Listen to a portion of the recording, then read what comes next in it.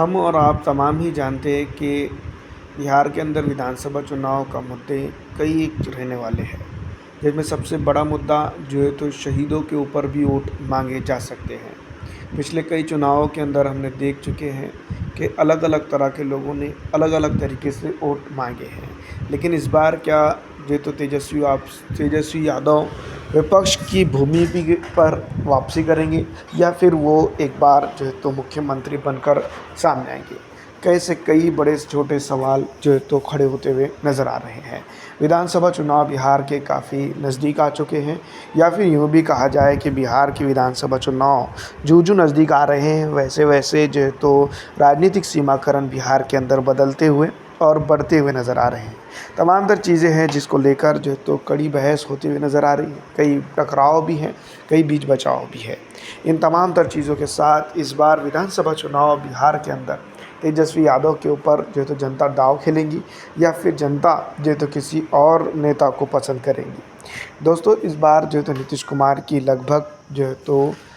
विदाई तय मानी जा रही हैं। लेकिन जिस तरह से भारतीय राष्ट्रीय कांग्रेस पार्टी और जिस तरह से दूसरी पॉलिटिकल पार्टियों का जो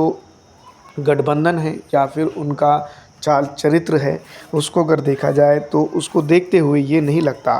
कि बिहार के अंदर जो है तो ये लोग वापसी करेंगे। क्योंकि अगर बात की जाए विपक्ष की रोल की, तो विपक्ष के रोल से ख़तरनाक रोल जो है तो भारतीय जनता पार्टी इस दिनों जो है तो प्ले करते हुए नज़र आ रही है। बिहार के अंदर कई एक चीज़ों के ऊपर जो है तो जनता दल हो या कम्युनिस्ट पार्टी हो या कई अन्य पॉलिटिकल पार्टीज़ हो, जो अपने आखिरी दिन जो है तो बिहार की राजनीति में गिनते हुए नज़र आ रहे हैं, वो आने वाले दिनों के अंदर जो है तो उनका सुपड़ा साफ भी हो सकता है। वैसे मैं आपको बता दूं कि ये बात सिर्फ इसलिए नहीं कही जा रही है कि बिहार के अंदर विधानसभा चुनाव है तो कोई बात बड़ी चढ़ाकर पेश की जाए। लेकिन आरजेडी और उनके सहयोगी दलों की अगर बात करें तो कहीं ना कहीं ये बात भी हम ज़रूर कह सकते हैं कि बहुत सारी जगहों पर जो है तो यहाँ पर भारतीय जनता पार्टी का दबदबा है, और भारतीय जनता पार्टी के दबदबे के चलते जो है तो विपक्ष के लिए बड़ी राह आसान होते हुए नज़र आएगी। फ़िलहाल दोस्तों, जनता दल यूनाइटेड हो या आरजेडी हो या अन्य किसी भी पॉलिटिकल दल की बात की जाए तो इस बार विधानसभा चुनाव काफ़ी मुश्किलों भरा सफ़र साबित हो सकता है। और देखना ये होगा कि जिस तरह से सीमांचल की कुछ सीटों के ऊपर जो है तो आरजेडी और कम्युनिस्ट पक्ष पर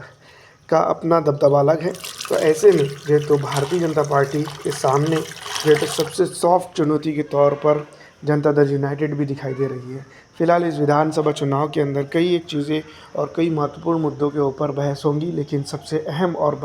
महत्वपूर्ण मुद्दा